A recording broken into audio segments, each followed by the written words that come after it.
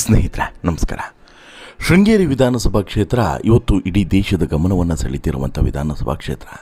ಕಾರಣ ಏನು ಅಂತ ಹೇಳಿದ್ರೆ, ಇಲ್ಲಿ ಹಾಲಿಯಾಗಿದ್ದಂತಹ ಶಾಸಕರು ಮಾಜಿಯಾಗಿದ್ದಾರೆ, ಮಾಜಿಯಾಗಿದ್ದಂಥ ಶಾಸಕರು ಹಾಲಿಯಾಗಿದ್ದಾರೆ. ಇಂಥದ್ದೊಂದು ದೊಡ್ಡ ಹೈಡ್ರಾಮಕ್ಕೆ ಕಾರಣವಾಗಿದ್ದು ಮರು ಎಣಿಕೆ, ಅದರಲ್ಲೂ ಕೂಡ ಈ ಪೋಸ್ಟಲ್ ವೋಟ್ಗಳ ಮರು ಎಣಿಕೆ. ಹೌದು, ಈ ಪೋಸ್ಟಲ್ ವೋಟುಗಳ ಮರ ಎಣಿಕೆಯ ಕಾರಣದಿಂದ ಈಗ ಶೃಂಗೇರಿ ಕ್ಷೇತ್ರಕ್ಕೆ ಹೊಸ ಶಾಸಕರಾಗಿ DN ಜೀವರಾಜ್ ಆಯ್ಕೆಯಾಗಿದ್ದಾರೆ. ಅಧಿಕೃತವಾಗಿ ಘೋಷಣೆಯೂ ಕೂಡ ಆಗಿದೆ. ಹಾಗಾದರೆ ಇಲ್ಲಿ ನಡೆದಂತಹ ಕೆಲವೊಂದಷ್ಟು ಹೈಡ್ರಾಮಗಳು ಮತ್ತು ಓಟಿನ ಬಗ್ಗೆ ಕೆಲವೊಂದಷ್ಟು ಜನರಿಗೆ ಅನುಮಾನ ಇದೆ. ಇದು ಹೆಂಗೆ ಹಾಗಾಯಿತು, ಇದು ಹೇಗೆ ಹೀಗಾಯಿತು ಅನ್ನುವಂಥ ಅನುಮಾನ. ಅದರ ಜೊತೆಗೆ ಇಲ್ಲಿ ಚುನಾವಣಾ ಆಯೋಗಕ್ಕೂ ಕೂಡ ಒಂದಷ್ಟು ಪ್ರಶ್ನೆಗಳನ್ನು ಜನರು ಕೇಳ್ತಾ ಇದ್ದಾರೆ. ಆ ಪ್ರಶ್ನೆಗಳೇನು, ಅದಕ್ಕೆ ಉತ್ತರವನ್ನು ಕೊಡೋದು ಯಾರು, ಎಲ್ಲವನ್ನು ಕೂಡ ಹೇಳ್ತಾ ರಾತ್ರೋರಾತ್ರಿ ಕೆಲವೊಂದಷ್ಟು ಬದಲಾವಣೆಗಳು ಆಗಿದ್ದು ಹೇಗೆ ಅನ್ನುವಂಥ ಇಂಟ್ರೆಸ್ಟಿಂಗ್ ಮಾಹಿತಿಯನ್ನು ಕೂಡ ನಿಮಗೆ ಕೊಡ್ತಾ ಹೋಗ್ತೇನೆ.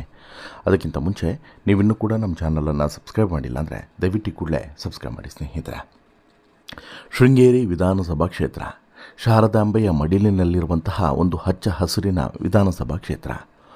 3 ತಾಲೂಕುಗಳು ಸಂಪೂರ್ಣವಾಗಿ ಆವರಿಸಿಕೊಂಡು ಮತ್ತು ಚಿಕ್ಕಮಗಳೂರಿನ ಕೆಲವೊಂದಷ್ಟು ಭಾಗ, ಚಿಕ್ಕಮಗಳೂರು ತಾಲೂಕಿನ ಕೆಲವೊಂದಷ್ಟು ಭಾಗವನ್ನು ಆವರಿಸಿಕೊಂಡಿರುವಂತಹ ಕ್ಷೇತ್ರ ಇದು. ವಿಶೇಷವಾಗಿ ಚಿಕ್ಕಮಗಳೂರಿನ ಈ ಶೃಂಗೇರಿ ವಿಧಾನಸಭಾ ಕ್ಷೇತ್ರ ಇದೆಯಲ್ಲ, ಇದು ಐತಿಹಾಸಿಕವಾಗಿಯೂ ಕೂಡ ಸಾಕಷ್ಟು ಹಿನ್ನೆಲೆಯನ್ನು ಹೊಂದಿರುವಂಥ ಕ್ಷೇತ್ರ ಅಂತ ಹೇಳಿದ್ರೂ ಕೂಡ ತಪ್ಪಾಗಲ್ಲ. ಆದರೆ ಈ ಶೃಂಗೇರಿ ವಿಧಾನಸಭಾ ಕ್ಷೇತ್ರದಲ್ಲಿ ಈ ಬಾರಿ ಮಾತ್ರ ಭಾರಿ ಒಂದು ಕುತೂಹಲಕಾರಿ ಘಟನೆಗಳು ನಡೆದು ಬಿಟ್ಟಿದ್ದಾವೆ. ಅಂದರೆ ಇಷ್ಟು ವರ್ಷಗಳ ಕಾಲ, 3 ವರ್ಷಗಳ ಕಾಲ ಇದೇ ಶೃಂಗೇರಿ ವಿಧಾನಸಭಾ ಕ್ಷೇತ್ರದಲ್ಲಿ ಅಧಿಕಾರವನ್ನು ನಡೆಸ್ಕೊಂಡು ಹೋದಂತಹ ಕಾಂಗ್ರೆಸ್ಗೆ ಈಗ ದೊಡ್ಡ ಶಾಕ್ ಎದುರಾಗಿದೆ. ಪರಿಣಾಮ ರಾತ್ರೋರಾತ್ರಿ ಇಲ್ಲಿ ನೂತನ ಶಾಸಕರಾಗಿ BJPಯ DN ಜೀವರಾಜ್ ಅವರು ಆಯ್ಕೆಯಾಗಿದ್ದಾರೆ. ಅದು ಹೇಗೆ? ಮರು ಮತ ಎಣಿಕೆಯಲ್ಲಿ, ಪೋಸ್ಟಲ್ ವೋಟ್ಗಳ ಮರು ಮತ ಎಣಿಕೆಯಲ್ಲಿ ಏನಾಯಿತು? ಶೃಂಗೇರಿ ವಿಧಾನಸಭಾ ಕ್ಷೇತ್ರದ ಅಂಚೆ ಮತಗಳ ಮರು ಎಣಿಕೆ ಹೈಕೋರ್ಟ್ ಆದೇಶವನ್ನು ಕೊಟ್ಟಿತ್ತು, ಮರು ಎಣಿಕೆಯನ್ನು ಮಾಡಬೇಕು ಅಂತೇಳಿ. ಕಾರಣ ಏನು ಅಂತ ಹೇಳಿದ್ರೆ, BJP ಅಭ್ಯರ್ಥಿಯಾಗಿದ್ದಂತಹ DN ಜೀವರಾಜ್ ಅವರು 2023ರಲ್ಲಿ ಈ ಕೆಲವೊಂದಷ್ಟು ಈ ಅಂಚೆ ಮತಗಳನ್ನು ಸರಿಯಾಗಿ ಎಣಿಕೆ ಮಾಡಿಲ್ಲ ಅಂಥೇಳಿ ಆರೋಪವನ್ನು ಹೊರಿಸಿದರು. ಅದಕ್ಕೆ ಸೂಕ್ತವಾದಂತಹ ಮರು ತನಿಖೆ ಆಗಬೇಕು ಅನ್ನೋಂಥ ಕಾರಣಕ್ಕೋಸ್ಕರ ಕೋರ್ಟ್ನ ಮೆಟ್ಟಿಲನ್ನು ಏರಿದರು. ಹೀಗಾಗಿ ಈಗ ಅಂತಿಮವಾಗಿ ಅವರ ಲೆಕ್ಕಾಚಾರ ಸರಿಯಾಗಿದೆ. ಯಾರ್ದು? DN ಜೀವರಾಜ್ ಅವರ ಲೆಕ್ಕಾಚಾರ ಸರಿಯಾಗಿದೆ. ಪರಿಣಾಮ ಸಿಂಧುವಾಗಿದ್ದಂಥ ಅಂಚೆ ಮತಗಳು ಮರು ಎಣಿಕೆಯಲ್ಲಿ ಅಸಿಂಧುವಾಗಿದ್ದೇ ಫಲಿತಾಂಶ ಬದಲಾವಣೆಗೆ ಕಾರಣ ಆಗಿದೆ. ಇನ್ನೊಂದು ಸಲ ಹೇಳ್ತೀನಿ, ಸಿಂಧುವಾಗಿದ್ದಂಥ ಅಂಚೆ ಮತಗಳೇ ಮರು ಎಣಿಕೆಯಲ್ಲಿ ಅಸಿಂಧುವಾಗಿದ್ದೇ ಫಲಿತಾಂಶ ಬದಲಾವಣೆ ಆಗೋದಕ್ಕೆ ಕಾರಣ. ಅರ್ಥ ಮಾಡ್ಕೊಳ್ಳಿ. ಹಾಗಾದರೆ ಹೈಕೋರ್ಟ್ ನಿರ್ದೇಶನದಂತೆ ಶನಿವಾರ ತಡರಾತ್ರಿವರೆಗೂ ಕೂಡ ನಡೆದಂತಹ ಮರು ಮತ ಎಣಿಕೆಯಲ್ಲಿ ಕಾಂಗ್ರೆಸ್ನ ಅಭ್ಯರ್ಥಿ TD ರಾಜೇಗೌಡ ಅವರು 52 ಮತಗಳಿಂದ ಪರಾಭವಗೊಂಡಿದ್ದಾರೆ ಅನ್ನುವಂಥದ್ದು ಈಗ ಅಧಿಕೃತವಾಗಿ ಘೋಷಣೆ ಆಗಿದೆ. ಸೋದಟ್ಟು ಜೀವರಾಜ್ ಅವರು ವಿಧಾನಸಭೆಗೆ ಆಯ್ಕೆಯಾಗಿದ್ದಾರೆ. ಈ ಮೂಲಕ ಚಿಕ್ಕಮಗಳೂರು ಜಿಲ್ಲೆ ಕ್ಲೀನ್ ಸ್ವೀಪ್ ಆಗಿತ್ತು ಕಾಂಗ್ರೆಸ್ ಪಾಲಿಗೆ. ಅಲ್ಲಿಗೆ 1 ಕ್ಷೇತ್ರ ಈಗ BJPಯ ಪಾಲಾಗಿದೆ. ಸಂಪೂರ್ಣವಾದಂತಹ ಚಿಕ್ಕಮಗಳೂರು ಜಿಲ್ಲೆಯನ್ನೇ ಕಾಂಗ್ರೆಸ್ ಏನು ವಶಕ್ಕೆ ಪಡಿಸ್ಕೊಂಡಿತ್ತೋ, ಈಗ ಅದರಲ್ಲಿ 1 ಕ್ಷೇತ್ರವನ್ನು ಕಳೆದುಕೊಂಡಂತಾಗಿದೆ.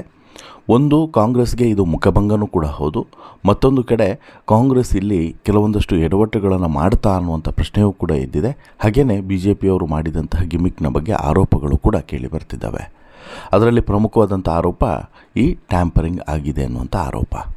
ಅದನ್ನು ಮುಂದಕ್ಕೆ ಹೇಳ್ತೀನಿ, ಏನು ಟ್ಯಾಂಪರಿಂಗು, ಏನಾಗಿದೆ ಅನ್ನುವಂಥ ಆರೋಪವನ್ನು ಮಾಡ್ತಿದ್ದಾರೆ ಅಂತೇಳಿ. ಈಗ ಈ ಲೆಕ್ಕಾಚಾರವನ್ನು ಒಂದು ಸಲ ನಿಮ್ಮ ಮುಂದೆ ಕೊಟ್ಟುಬಿಡ್ತೀನಿ. ಈ ಲೆಕ್ಕಾಚಾರವನ್ನು ನೋಡಿದ್ರೆ ಬಹುಶಃ ನಿಮಗೆ ಅರ್ಥ ಆಗ್ಬೋದು ಏನೆಲ್ಲ ಆಗಿತ್ತು ಅಂತೇಳಿ. ಇಲ್ಲಿ ನಾವು ಪ್ರಮುಖವಾಗಿ 2023ರಲ್ಲಿ ನಡೆದಂಥ ಚುನಾವಣೆ, ಈಗ ನಡೆದಂಥ ಮರು ಮತ ಎಣಿಕೆ, ಇದೆರಡನ್ನೂ ಕೂಡ ನಾವಿಲ್ಲಿ ಸೂಕ್ಷ್ಮವಾಗಿ ಗಮನಿಸಲೇಬೇಕು. ಮರು ಮತ ಎಣಿಕೆ ಬಳಿಕ 1951ರ ಪ್ರಜಾಪ್ರತಿನಿಧಿ ಕಾಯ್ದೆ ಹಾಗೂ 1961ರ ಚುನಾವಣಾ ನಿಯಮ 64ರ ಅಡಿಯಲ್ಲಿ ಜೀವರಾಜ್ ಅವರನ್ನು ಗೆದ್ದಿದ್ದಾರೆ ಅಂತೇಳಿ ಘೋಷಣೆಯನ್ನು ಮಾಡಿದ್ದಾರೆ.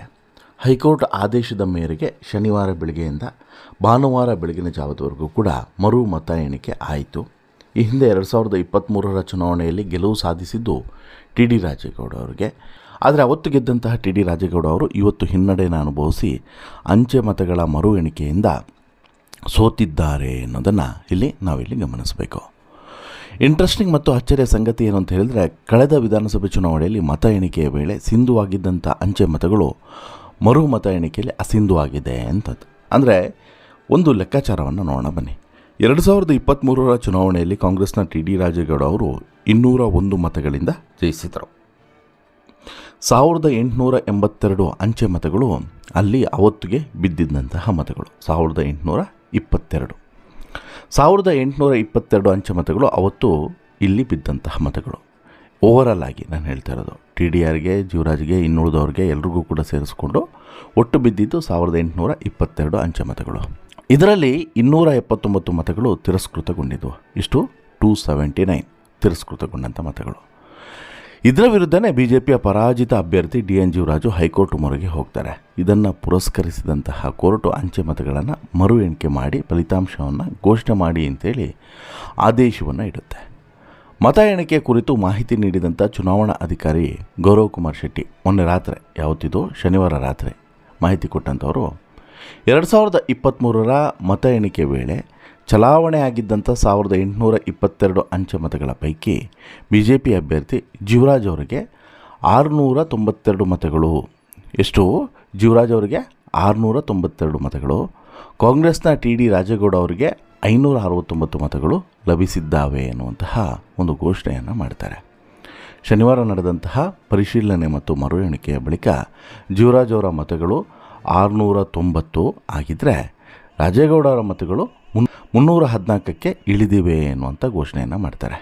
ಅರ್ಥ ಮಾಡ್ಕೊಳ್ಳಿ, ಯಾವತ್ತು 2023 ಮತ ಎಣಿಕೆಯ ವೇಳೆಯಲ್ಲಿ 1822ರಲ್ಲಿ ಜೀವರಾಜ್ ಅವರಿಗೆ 692 ಮತ, 692.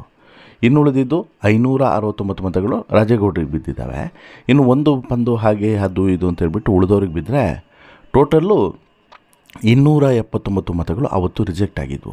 ಸರಿ ಇಲ್ಲ ಅಂತೇಳಿ ರಿಜೆಕ್ಟ್ ಆಗಿದ್ವು.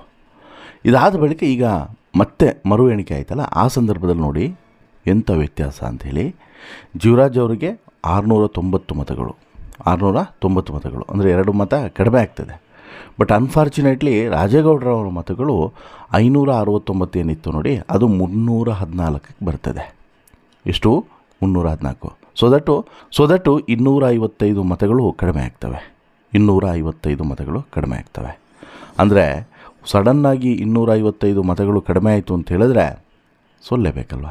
ಹಾಗೆ ಆಗಿದ್ದು 52 ಮತಗಳು ಜೀವರಾಜ್ ಅವರಿಗಿಂತನೂ ಕೂಡ ರಾಜೇಗೌಡರಿಗೆ ಕಡಿಮೆ ಅಂತೇಳಿ ಆಯಿತು. ಹಾಗಾದರೆ ಈ 255 ಮತಗಳು ಕಡಿಮೆ ಆಗಿದ್ದು ಏನಾಯಿತು?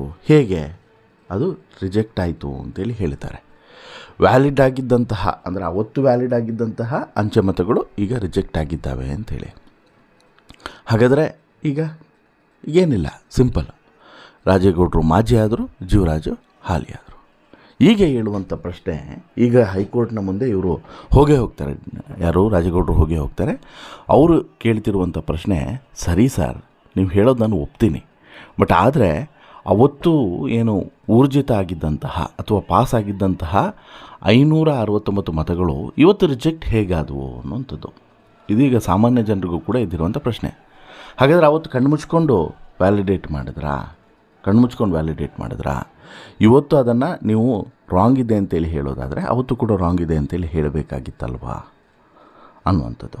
ಅಟ್ ದಿ ಸೇಮ್ ಟೈಮ್ ಕಾಂಗ್ರೆಸ್ನ ನಾಯಕರು ಒಂದು ಆರೋಪವನ್ನು ಕೂಡ ಮಾಡಿದ್ದಾರೆ, ಇಲ್ಲಿ ಟ್ಯಾಂಪರಿಂಗ್ ಮಾಡಲಾಗಿದೆ ಅಂತೇಳಿ. ಸುಧೀರ್ ಕುಮಾರ್ ಮುರಳಿ ಅವರು ಈಗಾಗಲೇ ದೂರನ್ನು ಕೂಡ ಕೊಟ್ಟಿದ್ದಾರೆ, ಟ್ಯಾಂಪರಿಂಗ್ ಮಾಡಿದ್ದಾರೆ ಅಂತೇಳಿ. ಅದಕ್ಕೆ ಸೂಕ್ತವಾದಂಥ ದಾಖಲೆಗಳನ್ನು ಕೂಡ ಒದಗಿಸ್ತಾ ಇದ್ದಾರೆ.